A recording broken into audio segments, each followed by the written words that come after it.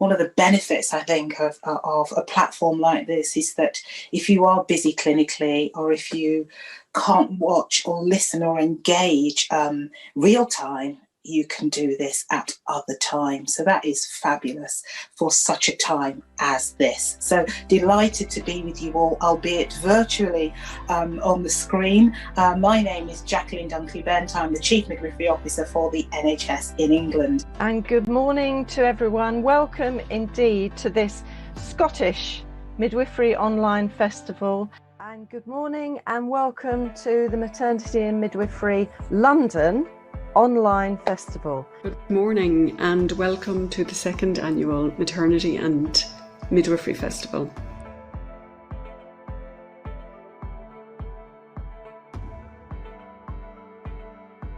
What 2020 has shown us is that there's a real need for vigilance, that women's rights are not yet really embedded in our maternity system, and that they can be easily eroded.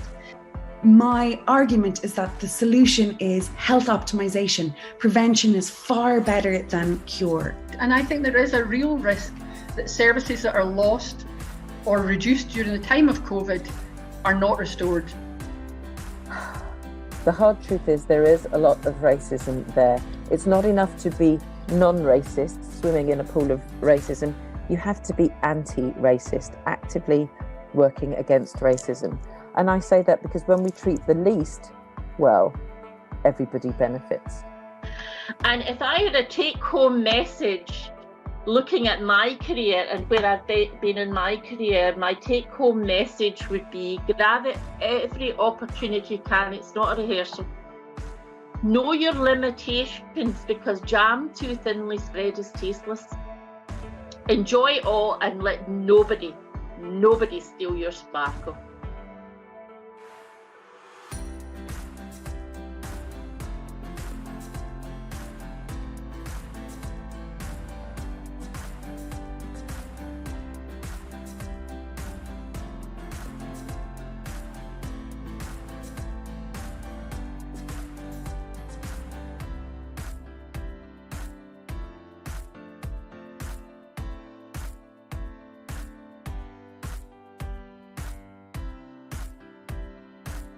And I hope that you can take valuable insights from today. And if you're listening tonight, or if you're listening next week or next month, take valuable insights from the speakers from today and share the word, share the positive messages with your colleagues, because in these dark times, in these challenging times, everybody needs a green shoot and a pearl of wisdom. Thank you very much. And we are in this together. We stand united together.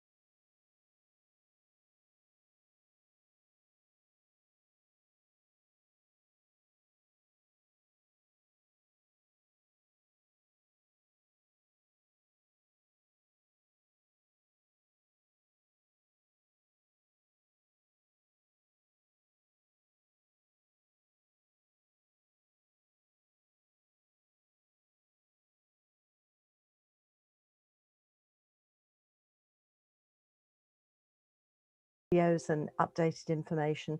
Perfect if you're doing a little old assignment for university, if you're a student, or if you're doing a project for work, to get that information. I nearly forgot the revalidation, of course. It's very good for that if you want to catch up and make sure you've got your reflections and your continuing professional development profile completed. Now we're, as everybody will know, we're moving along this roadmap in the UK, still keeping our distance, still keeping our masks when we're out and about. And I think that the discussion that's been around this week is some people getting used to the idea of the kind of new freedom that we might have and feeling a little bit anxious about it. And I think that's quite an interesting aspect, having gone into sort of total lockdown. Now as the doors are opening, it could be quite challenging for people, our own selves. It could be difficult for people we know, and we need to be aware of that as healthcare professionals and as people, as for the people in our families and our friends. We're sending out, obviously we always do this, but I want to send out love and condolences to people who've been affected by COVID, and obviously people who are looking after folk with COVID. And big thanks to them, because it's hard. It's a hard road for everybody. And a big thank you again to our lovely midwives, especially on the International Day of the Midwife, for carrying on with the care to mothers and their babies and families, because maternity care couldn't stop, couldn't close. It had to carry on, and midwives just got on with it. And in some ways, in some very creative ways. And I've been overwhelmed by the amount of interesting ways, innovative ways midwives have made to make sure they can provide care to mothers and babies and their families. I ought to also thank the vaccination centres, who are doing fantastic work and getting through all these huge numbers of people to get us to that safe point, or safer point, I should say. So, and thank you, of course, key workers and families, and our families as well, because they live with us. And today, and just a bit on the news, of course, today it's International Day of the Midwife. And I've had great fun personally at my local maternity unit, giving out little goodie bags. And I was just showing my friends earlier, we were giving little bags to say just a little thank you to our midwives for all the work they do. And it was really nice also to share some cake. And I have to say, I was very strong. I didn't have any cake, but the midwives, there's always cake where there are midwives. And there was, you know, that we're all socially disadvantaged. So I would say we had socially distanced cake. And I'll say a big shout out for North Mid, where I was today. So I hadn't even had time to tweet today, which I'm suffering anti-tweet or loss of tweets today. I also want to take the chance of sending greetings to my old and new friends and colleagues in midwifery in the UK and the rest of the world. And I'm sure that Leslie and Sarah will do exactly the same. So they have their privilege as well. And big news, and I know that Leslie's going to talk a little bit about this, is the publication of the State of the World's Midwifery 2021.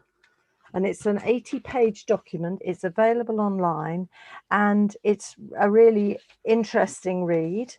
One of the things that I pulled out from it, and I haven't read it because I haven't had time, but I've pulled out a few little snippets, is a lack of recognition for the role of the midwives. And part of that is from the gender inequality, surprise, and the impact that midwives can have worldwide.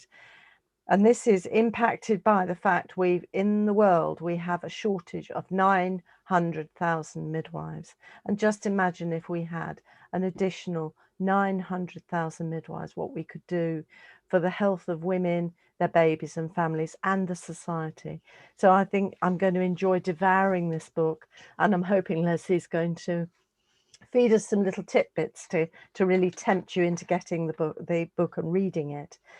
Also, there are resources. This is on our resource list, so don't worry about trying to write down a reference. They're all on the resource list that's available with the show.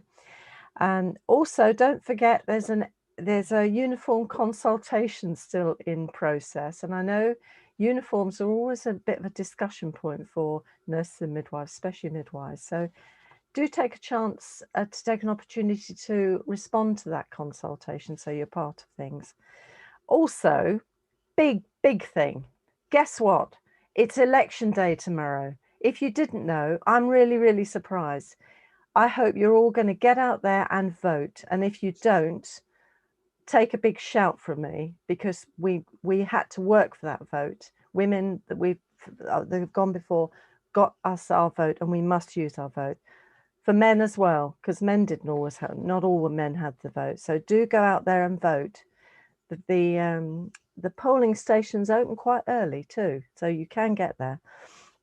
So I'm going to now move on to the main meat of this evening. Having given you a bit of a nag, I'm going to move on. So we're going to be looking at this evening at the contemporary role and challenges the midwives face and manage, the things that impact on women, the well-being of women and their babies and families, including practical advice on how midwives can work with women to really protect their cultural identity. And I know we've been talking a little bit about this aspect in previous times, but this is I think is going to be very helpful for us. And then we're going to be looking at some reflections on the International Day of the Midwife with Leslie. So I'm going to start with Sarah Ezegbona Adeyemi, I hope I've got it right this time, who's a senior midwifery lecturer and the course director for the short midwifery programme at London South Bank University. And she leads modules on complex needs in childbirth. She's currently undertaking a PhD in Hertfordshire in exploring the perceptions of Nigerian women and midwives of cultural competency in antenatal care. And she's published widely on FGM and cultural issues, and that's a particular passion of Sarah's. And just to say, her whole CV is available online as well. I'm just giving edited highlights because I want to give her as much time as possible. So welcome, Sarah. Thank you so much for being with us this evening. The screen is now yours. Thank you, Sue. So I'm just going to try and share my screen.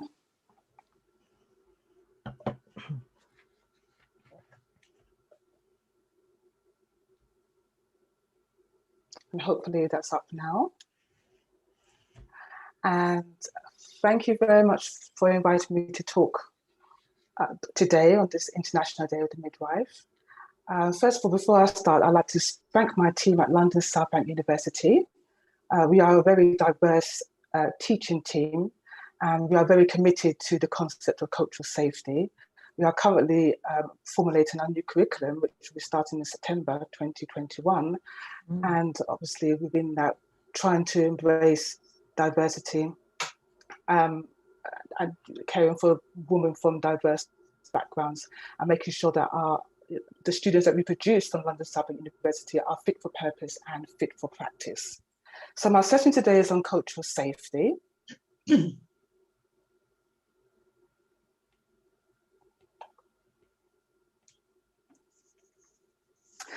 And cultural safety is a concept that was first developed in New Zealand to provide quality care within the cultural values and norms of the Maori people. New Zealand, like other countries such as Australia and Canada, have a truly bicultural population. They have the indigenous population of the Maori people, and then they have obviously people that have migrated into the country and settled there. The concept of cultural safety is actually spread into other fields of human services like education, and also to other parts of the world, particularly where there are indigenous people in former European colonies. So let's look at the definition of cultural safety. For cultural safety to occur, it has to occur in an environment that is spiritually, socially, and emotionally safe, as well as physically safe for people, where there's no assault, challenge, or denial of their identity, of who they are and what they need. And it really is about shared respect, shared meaning, and shared knowledge and experience of learning together. And when we talk about culture, culture means different things to different people, but really it's about looking at culture of age, generation, gender, sexual orientation, occupation, socioeconomic status, as well as the common things like ethnic origin and also migrant experience, religion, spiritual beliefs, and disability. So culture it encompasses all of those things, not just about where you're from and your cultural background. And so if we look at what culturally unsafe care is, any actions that diminish, demean, or disempower the cultural identity and well-being of an individual. And this is really relevant to midwifery practice, because we know that in the UK and obviously in London, we do deal with a very diverse childbearing population. We have people from many, many different cultures, different backgrounds, religions, people who identify with different genders, individuals of different sexuality. And we need to remember that it's very, very, very, very diverse, the women that we look after. And it's very important to acknowledge that we're looking after women in maternity services or anyone who is engaging with maternity services. Now, the Nursing Council of New Zealand has actually incorporated cultural safety into their code, which is obviously the equivalent to our NMC code, stating that for a person to actually get into the register, they have to demonstrate that they are actually culturally safe. So I think that's really important. Now, when we think about cultural safety, people say, well, we're all about cultural competency. And I would say that when we think about cultural competency, there is importance of having cultural competency. And here we look at two quite common models. The first one being from Campina Bocote, that developed a cultural competency model, which talks about the individual, in order to achieve cultural competency, would have to have cultural knowledge, cultural awareness, cultural desire. That's a desire to learn about other cultures, cultural skill, and obviously cultural encounters. And then we look at the yellow box cultural competency model. This is one from Papadopoulos, and this is talking about cultural awareness, cultural knowledge, and cultural sensitivity being important components of cultural competency. Now, I have no issues with cultural competency, because I think when you're looking after people from very diverse backgrounds, you need to have some cultural knowledge. And from that, you start to develop your cultural awareness and your cultural sensitivity. And obviously, you start to develop then your cultural skill. And of course, you won't be able to acquire that knowledge unless you have the cultural desire to work or look after women from different cultures. And of course, you need to have a good degree of cultural encounters. And the issue of cultural knowledge is that when you're looking after people from so many different backgrounds, and we know that there's a variety of them, it's very difficult to acquire enough level of cultural knowledge to be able to care for that person. And also within that, even if you do have a good degree of cultural knowledge about a woman from a particular background, the issue then is that every woman is an individual. So then, even though they come from a particular culture or background, they may not practice the culture in the same way. So cultural knowledge is good to some extent, and cultural competency is good to some extent. But the issue is that if you have them to look after women who are very, very diverse, and that's the case that we have in the UK today, then the issue is that you're not going to be able to acquire that level of cultural knowledge that you need to provide that care. So that's the difference between cultural competency versus cultural safety. Cultural safety is a different concept altogether. And I would like to say it's probably more of an umbrella term for cultural, that sits above cultural competency. So how do you move from the concept to outcome with cultural safety? Well, there are a few things we can do. And the first thing that we need to do as midwife practitioners is to look at your own cultural identity, first of all. Okay, so it's not about focusing on the woman that you are caring for, it's focusing on yourself. And also looking at your own cultural identity and attitudes, and being open-minded and being very flexible in your attitudes towards people who are different from you or practice a different culture from yourself. So it's really important to understand that you have to look at your own culture and look at how it influences how you think, feel, and behave. And in this way, you can start to address issues of racism, discrimination, unconscious bias, and stereotyping.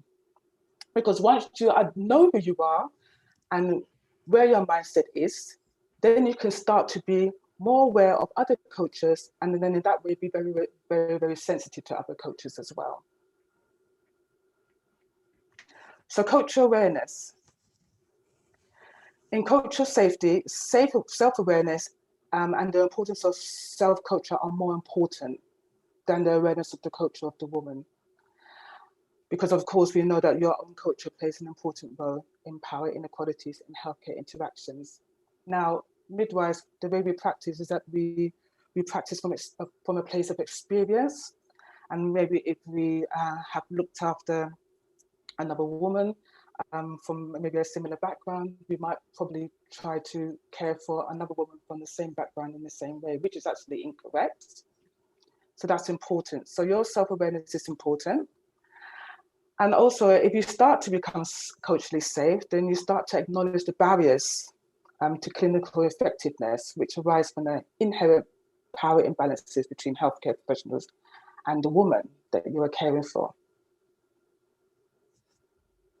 And as I said before, when you start to develop cultural awareness, then you start to recognize the assumptions and beliefs behind your thoughts and actions, and also how they influence the care that you are providing. And it is very difficult, but it's about having a critical lens on your own culture and understanding how that impacts on the care that you provide. So strategies to enhance cultural safety: be with women and talk to women is one of the key things you need to do. Clear, value-free, open and respectful communication. Start to develop trust with the woman. Recognizing and avoiding stereotypical barriers. And then key one, being prepared to engage with others in a two-way dialogue when knowledge is shared. And when I talk about sharing knowledge, if you start to have that, if you have that cultural competency with a little bit of your knowledge and maybe awareness and sensitivity, you can start to have those open dialogue conversations with women. Finding out about their culture, talking about your culture, and having that open dialogue and two-way dialogue to discuss how the care that you're providing influences on the woman's identity. One of the key things that we tend to do as midwives is that we prescribe care in a way that disempowers the woman. The woman obviously gets pregnant. It's a hidden phenomenon, and then obviously they have to start to engage with maternity units. They have to come in for a booking interview, and as soon as they step through the door, that's when they start to become disempowered. Because what are we doing? We are actually putting the culture of ourselves and the culture of the organization and asking the woman to embrace that culture. So how do we move from individuals to institutions regarding cultural safety?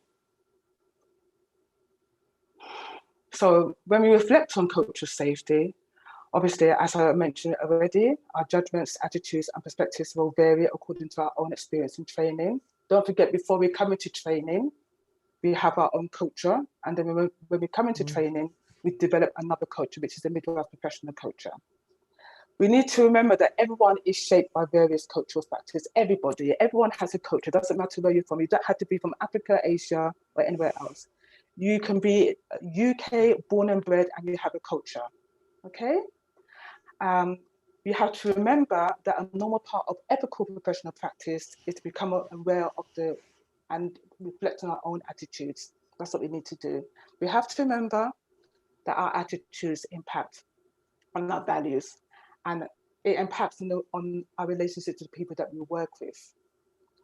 And also we have to remember that on a day-to-day basis, what we do unconsciously is impose our culture on cultures of the woman that we are caring for. When we talk about the midwife professional culture, we need to think about how that's developed. So of course, people come into the midwifery profession, we come in as students, we get training, and the training and the culture comes from the NMC. The NMC tells us how we need to train to get onto the register.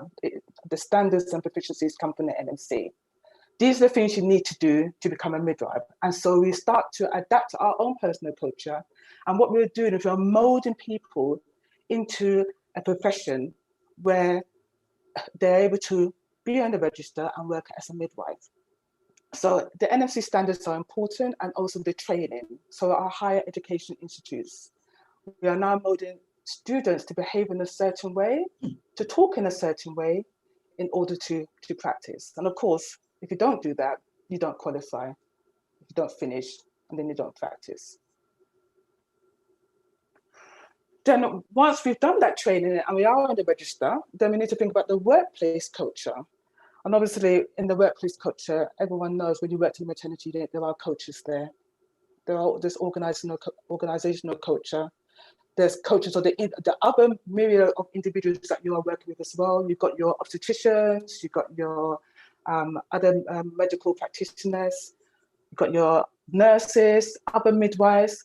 And so you can see that you've got the individual cultures of the individuals. They've got their professional training, which most of them in a particular way. And then we've got the organizational culture, which is molded by policy. And so these are the things that the woman has to deal with. They have to deal with the midwife's personal culture, her professional culture, and then they have to deal with the workplace culture. And so what happens is that we could move from a place of pre-competence, do our training, we start to become culturally aware, we start to engage in looking after women from different cultures, we start to develop some degree of cultural competence. And then regarding cultural safety, we now have to think about what is the personal identity of the woman, how do we protect that? And it's very easy to protect the cultural identity of the woman. It's about understanding her viewpoint, understanding her wishes, and understanding her beliefs and values. Understanding your beliefs and values and how that may conflict or differ from the woman's beliefs and values. And then making sure that the woman tells you what she wishes for, what she thinks she needs to have to achieve a successful pregnancy and a good outcome. And these are the things that are important, I think, in today, because obviously when I trained 20 years ago, it was very, very different to today. And when I did my training, there was nothing mentioned about culture and cultural competency. I never heard the word. There was nothing mentioned about racism or discrimination. We knew it was there, but it was never talked to us in, verbalized to us in our midwifery training. And when you went into the clinical area, you just basically you provided the care as prescribed, obviously by unit policy. And obviously when you look at your Miles textbook or your Mays textbook, it tells you how you need to provide the care. And there is a little bit in there around cultural competency and cultural safety. But I think what we need to do now in midwifery practice today is just look at who determines that the woman's care is culturally safe. Is it us or is it woman? And how do you know that the woman is having culturally safe care? So those are the things that we need to think of. And so that's the end of my presentation. I'm happy to get any questions. Thank you. That's lovely. Thank you. Thank you, Sarah. Fantastic. Now, this is a good chance for me to just remind our audience, if you have questions for Sarah, if you can send them in through the live chat, then now I'm looking away now at my other screen. They'll come through to me here.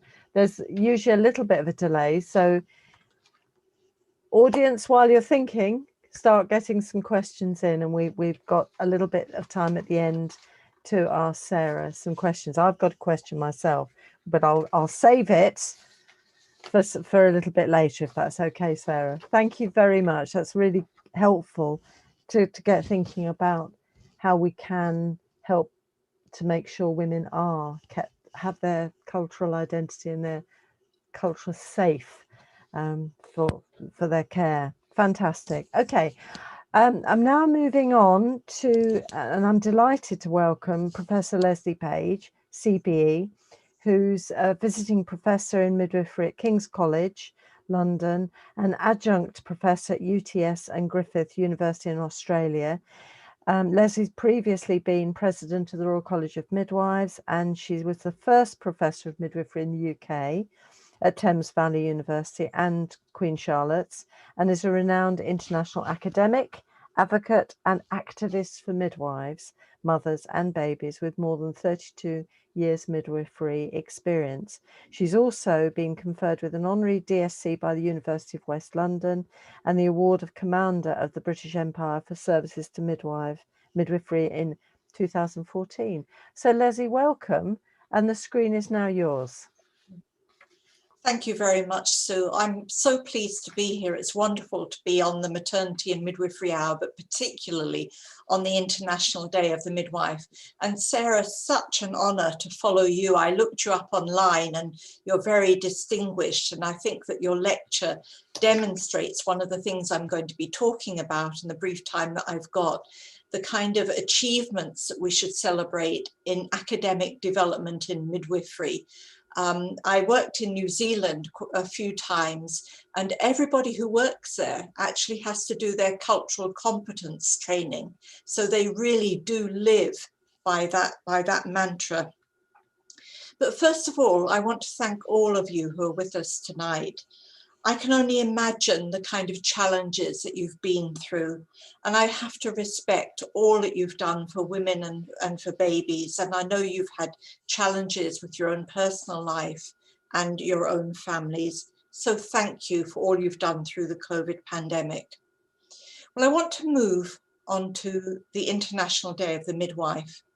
Franca Cadet, the wonderful, dynamic president of the International Confederation of Midwives, has spoken clearly about this year's theme.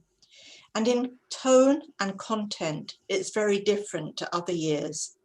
It's this, she says: follow the data, invest in midwives.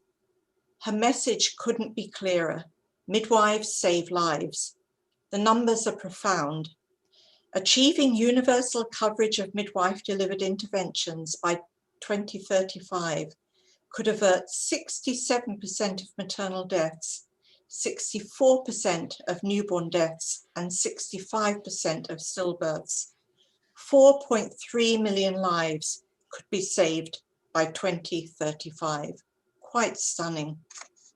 And the State of the World's Midwifery Report, which Sue talked about earlier, emphasizes the importance of fully educated and regulated midwives integrated within and supported by interdisciplinary teams and an enabling environment.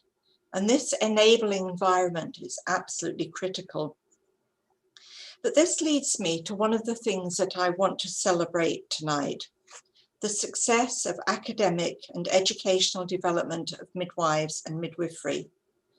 Over the last 2 to 3 decades, the development of midwifery science and practice development has led to some of the most important progress in maternity care and services around the world. We have a great deal to be proud of. These include the development of continuity of carer, the quality framework for maternal and child health, optimizing cesarean section, an understanding of the 2 parallel problems: too little too late and too much too soon. These have contributed to changes that will not only save lives, but will humanize childbirth for every woman becoming mother, every baby being born, every family, wherever they live and whatever their circumstances. And the work of humanizing childbirth is actually to focus on every woman, every mother, every baby, every family, wherever they are around the world. These are a few of the high-profile, big impact studies. And behind them and alongside them are thousands of studies and reviews that help us understand. They help us understand the experience of women and babies and families, what they want, and how we might meet their needs. Another thing to celebrate is the creation of policy that is woman-centered. And this idea of woman-centered policy came originally from the United Kingdom, from England.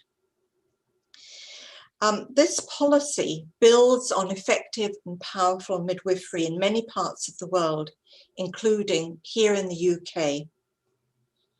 There are key messages that emerge time and time again from years of research and experience. We must listen to women and respond to their needs.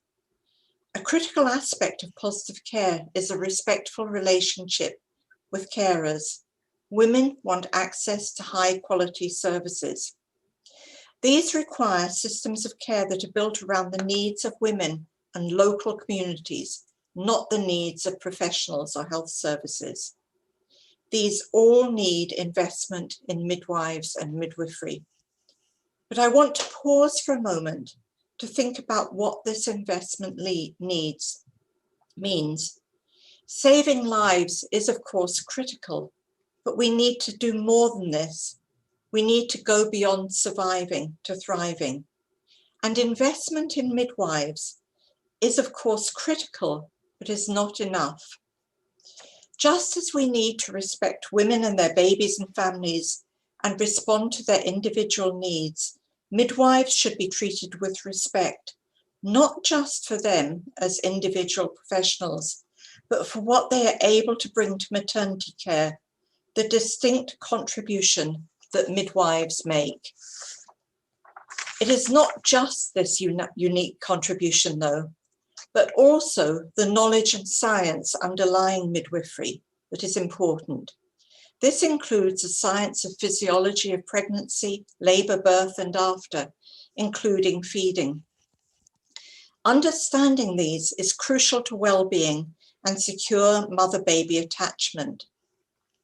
While from many points of view, maternity care and midwifery is strong in the UK, there are also elements of a culture that limits the contribution of midwives and midwifery. This culture has often ignored, denied, even vilified the sciences of midwifery, including physiological or normal birth. This damaging element of our culture is seen through social media, mainstream media, and even some parts of government in England. It is a culture that supports and enables the liberal use and promotion of interventions such as induction of labour or caesarean section, rather than optimising their use so they are available to those women and babies who may need them, but not used unnecessarily. This culture will reduce safety and limit developments that are important to the progress of services that genuinely meet the needs of all women, their babies and families. So I'm going to finish with a challenge. In understanding the configuration of services, systems of care that are best for women, honest and open debate is important.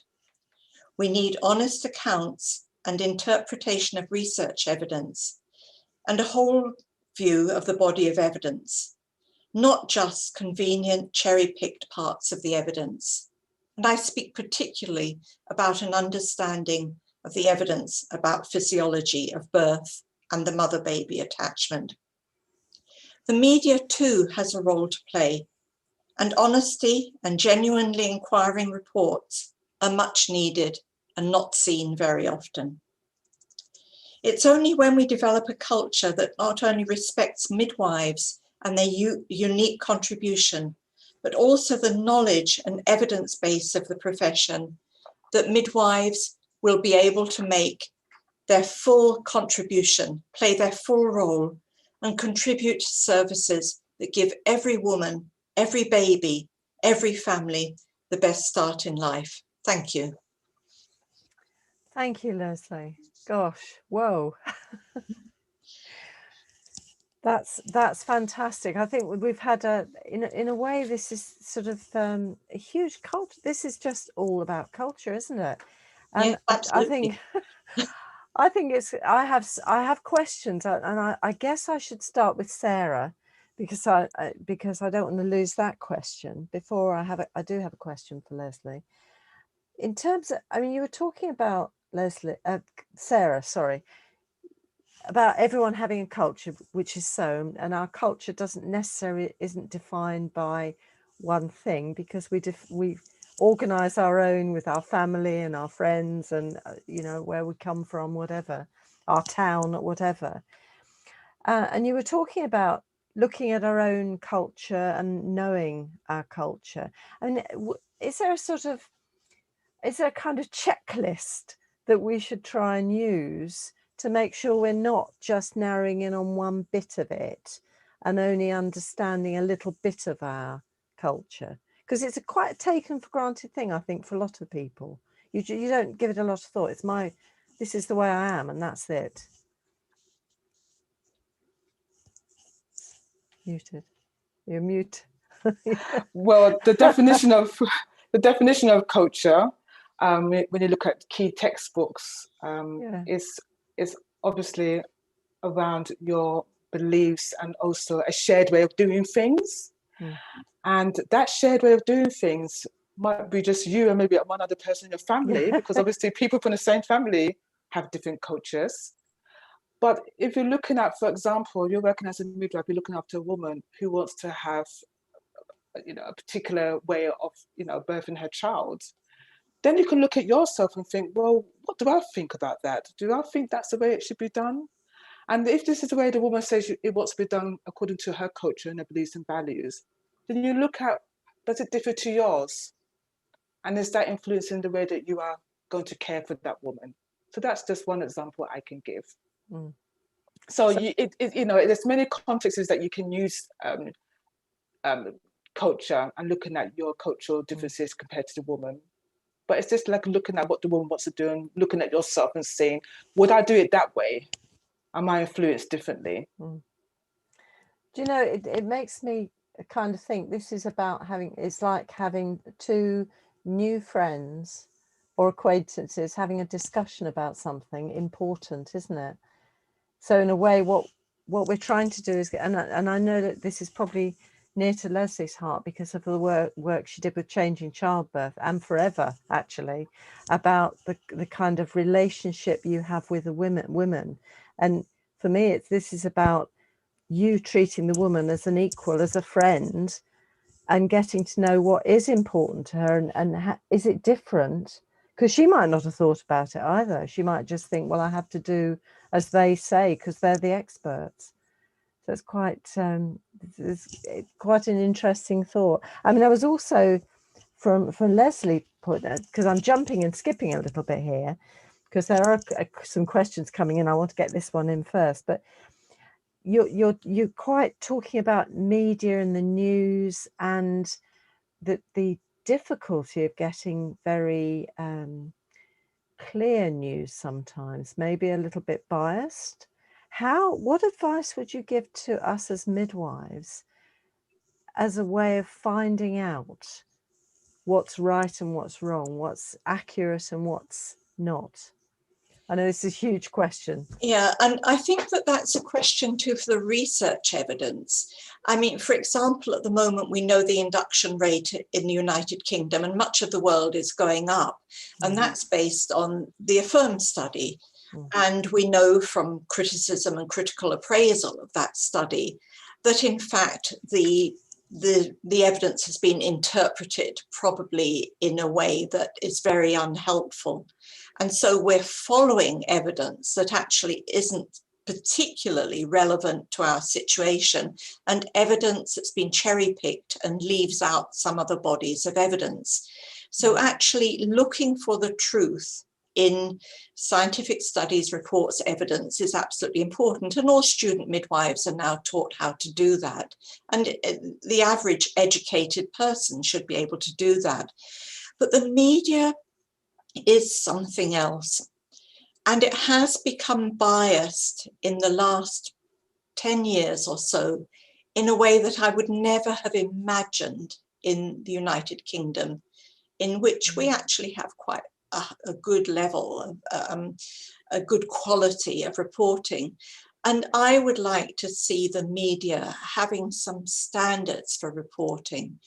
and a kind of genuine inquiry. For example, when we read the terrible, tragic stories of failing maternity services, it would be so helpful to have the press making a genuine inquiry to what went wrong and looking at the complexity of the picture rather than picking on one angle.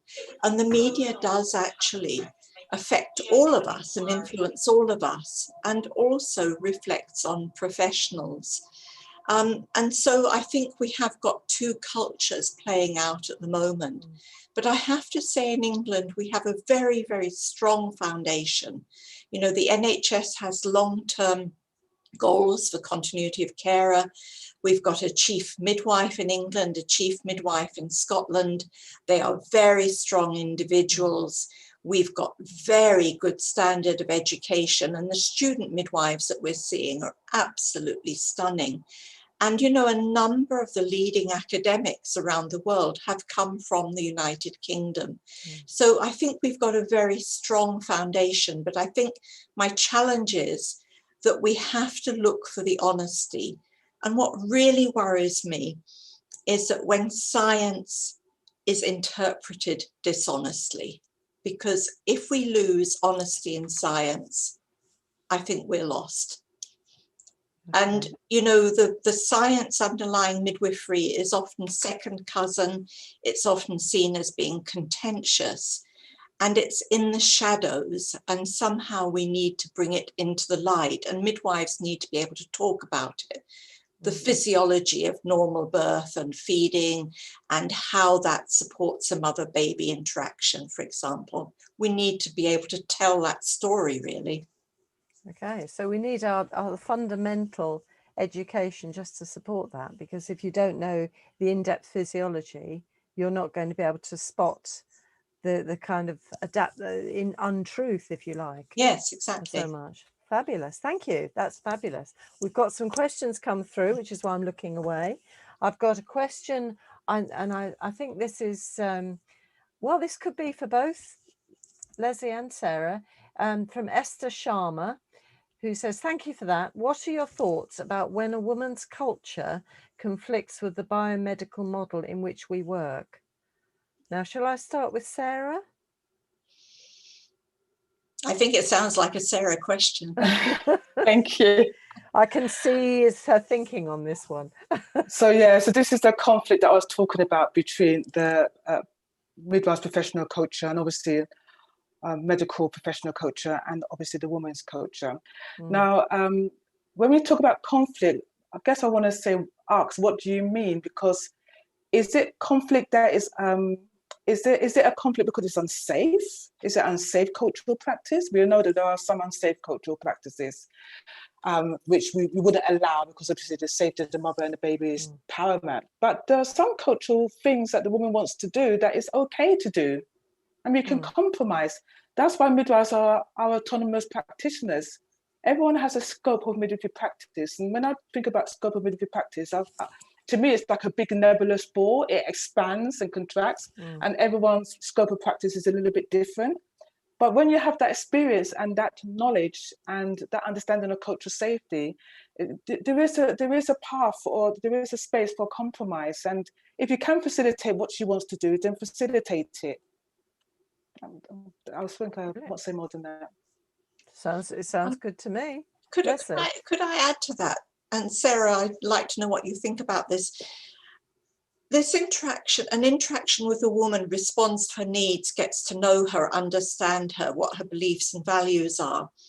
But it is also a time in which the midwife needs to give information. Yes. And it seems to me that this giving of information is a real art, because it can be interpreted as being bullying, pushing your point of view.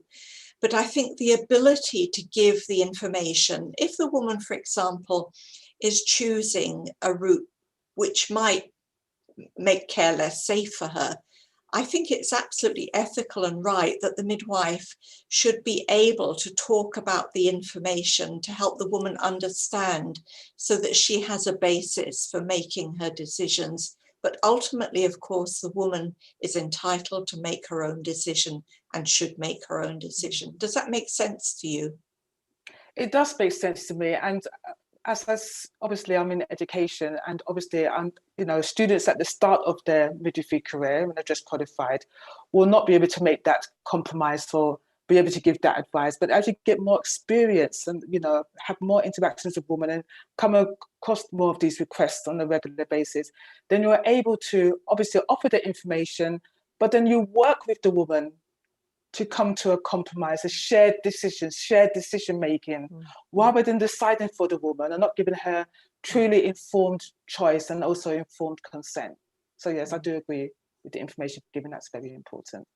Fabulous. Thank you very much. I've got a comment from Jo D'Agustin. Hi, Jo. And she says, comment for Sarah. Great stuff, Sarah. And so clearly explained. Midwives can do a great job on this. And it's really great that we're focusing on that nowadays.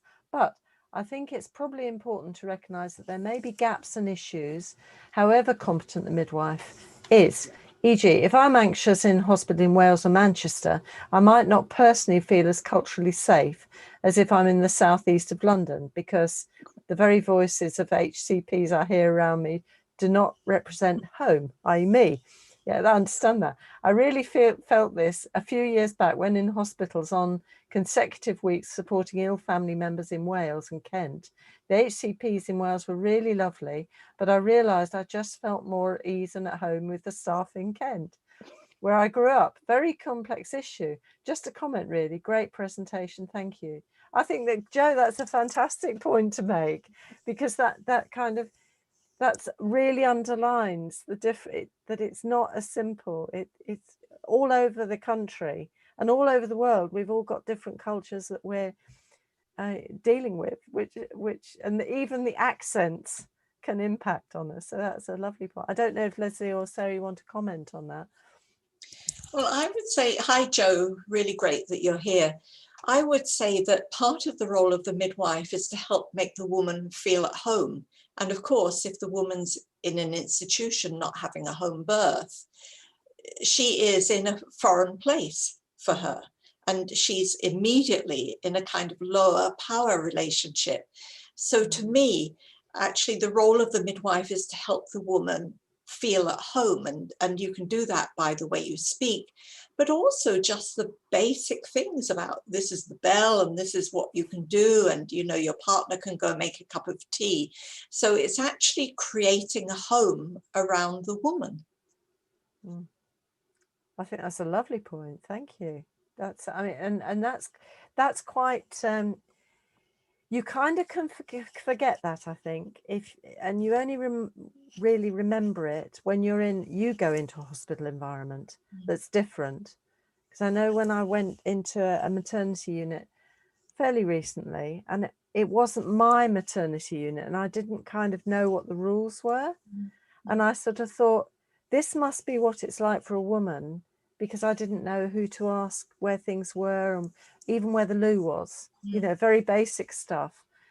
I think it's good for us if we're in that situation. Not that we all want to be in hospital all the time, but to be reminded. But Sarah, did you want to say anything to that? I mean, as midwives, we know what to do. We know that if we're looking after a woman in labour, we know that we have to do certain assessments and certain checks. And we this is a kind of prescribed care. We have to listen to the fetal heart so often in the first and second stage. And we have to do examinations. This is all prescribed care. But I think what we're not very good at doing is talking to the woman.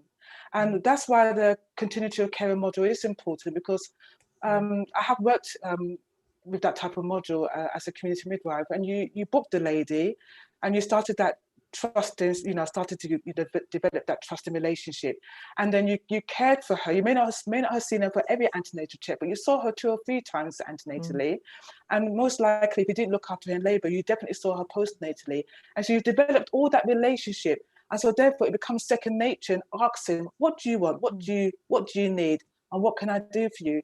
But because we don't have this continuity of care module in all maternity units and in all maternity services, we're losing that key communication that we need to have with women and developing that trusting relationship. I think we've lost that, and I think it's a shame really, because when it was in place, it did work really well, I think. I mean, do you think the fact that, especially at the moment, midwives are a little bit stressed and very busy, and maybe having to ask women about what they want or what, you know, their normal things are around birth takes a wee bit more time, that is a bit difficult to manage?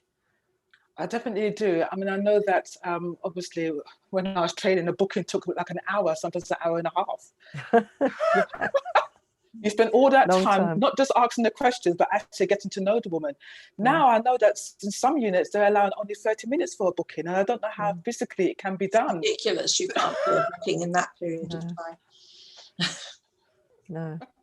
So it's just like a tick box exercise, get all the information, but really not knowing the woman and not asking her those questions. I mean, we do have the birth plan, and that's maybe addressed at the start of the pregnancy and maybe later on in the third trimester.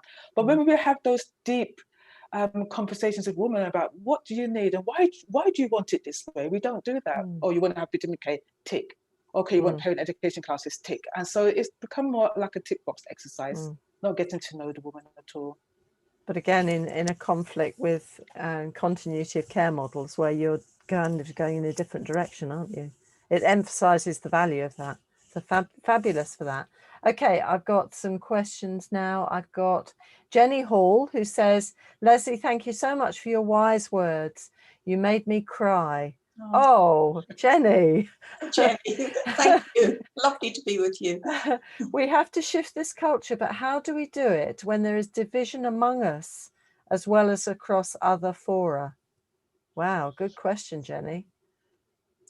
Well, a division between us is an interesting one, isn't it? I was talking to somebody recently about the midwives who work in the birth centre are sometimes against the midwives who are in the labour ward or delivery suite. And, we think that the freestanding birth centre or home birth is better than, and, we kind of divided up. And I think if we can think of ourselves all working together to help women, because we're there to staff women and to meet their needs, not our needs. And to me, it's all a matter of culture. And I recently spoke to a lovely young midwife. She's such a leader. And she talked about her managers and how they helped her and how they took a personal interest. So this leadership and management to develop a culture in which we're working together with doctors, maternity support workers, sonographers, everybody to meet the needs of individual women and babies. And if we can remember that, then it's that culture that's really important.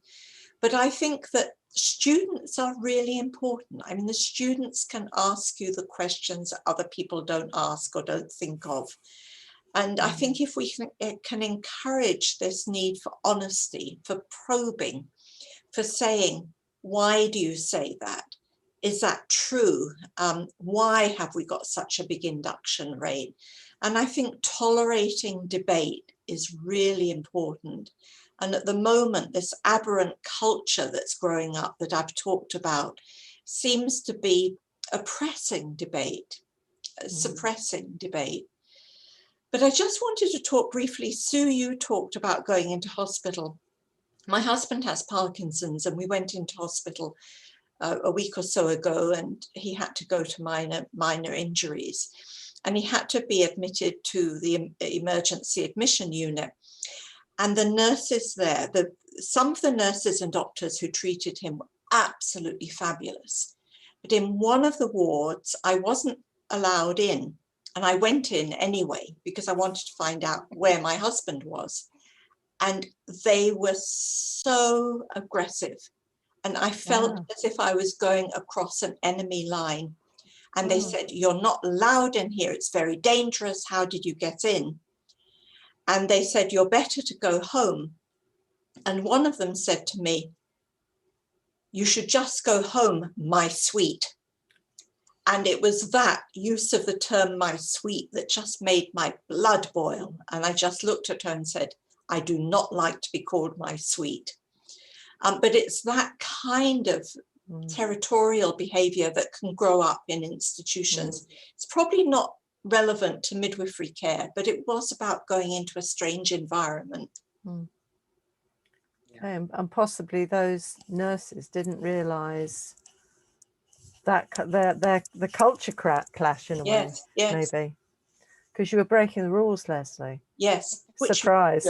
Which you quite often have to do, I have to say. Well done. Fabulous. Okay, now I've got a question from Jenny the midwife. Hi, Jenny the midwife. Do midwives have enough experience of physiology in all birth settings? If not, how do we improve this? And she's saying thank you to all of us, to Sarah and to Leslie. Well, I think we have to increase the rate of normal or physiological births, and we probably do that by having more continuity of carer, by having midwife-led units or birth centres in the hospital and outside of the hospital, having home births. I think it's time that we introduced medical students and doctors physiological birth so that they understood it. And we have to make sure somehow or another every student actually is there when a woman is giving birth, and understanding physiology with experienced midwives who can explain it. Fabulous. Sarah, would you add to that with your teacher head? Yes, obviously we need to add to the midwifery workforce, and obviously the students we are training today, we need to give them the skills and tools to work in any setting. Really, they should be able to do that. I mean, the UK midwifery profession is world renowned. It's very respected, but I think when we look at midwifery education, I always say that we need to create midwives who can work anywhere globally. And if they don't have that knowledge of physiological birth and how to deal with births in any settings, then we are failing that student, because that's what midwifery is about, working in any setting. You just need your hands and your brain. And your heart. And you can deliver. And your heart, yes. Oh, now I have to say, Sarah and Leslie, I said earlier that this hour always goes so fast, and this hour has just flown by, and it's 8 o'clock, and we have to complete and finish. And I want to say a huge thank you to both of you, Sarah and Leslie, for joining us and giving us a bit of a challenge, a lot to think about, and a real foundation for thinking about continuity of care, relationship building, and really getting that our cultural awareness and cultural safety right to the fore of our brain. So thank you so much for coming to be with us. I want to say some of us might be on social media later, might answer a few questions. Next week, we're looking at the baby, and we're looking at the baby in utero in the first few days. So it's a slightly different look next week. And another big thanks to you, our audience, and our lovely speakers. And we'll see you next week. And in the meantime, stay safe and take care. Thank you. Thank you. One of the benefits, I think, of a platform like this is that if you are busy clinically, or if you can't watch or listen or engage real time, you can do this at other times. So that is fabulous for such a time as this. So delighted to be with you all, albeit virtually on the screen. My name is Jacqueline Dunkley-Bent. I'm the Chief Midwifery Officer for the NHS in England. And good morning to everyone. Welcome indeed to this Scottish Midwifery Online Festival. And good morning and welcome to the Maternity and Midwifery London Online Festival. Good morning and welcome to the second annual Maternity and Midwifery Festival.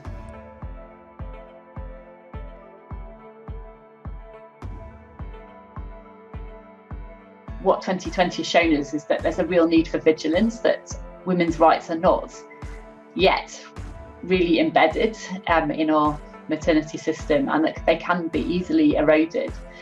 My argument is that the solution is health optimization. Prevention is far better than cure. And I think there is a real risk that services that are lost or reduced during the time of COVID are not restored. The hard truth is there is a lot of racism there. It's not enough to be non-racist, swimming in a pool of racism. You have to be anti-racist, actively working against racism. And I say that because when we treat the least well, everybody benefits. And if I had a take-home message looking at my career and where I've been in my career, my take-home message would be grab it every opportunity you can. It's not a rehearsal. Know your limitations, because jam too thinly spread is tasteless. Enjoy it all and let nobody steal your sparkle.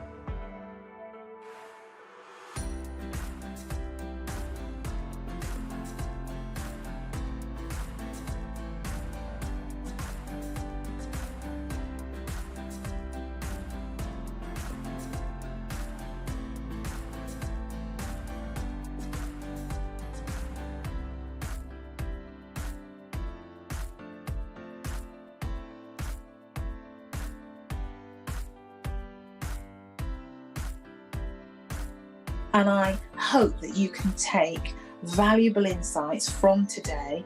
And if you're listening tonight, or if you're listening next week or next month, take valuable insights from the speakers from today and share the word, share the positive messages with your colleagues, because in these dark times, in these challenging times, everybody needs a green shoot and a pearl of wisdom. Thank you very much. And we are in this together. We stand united together.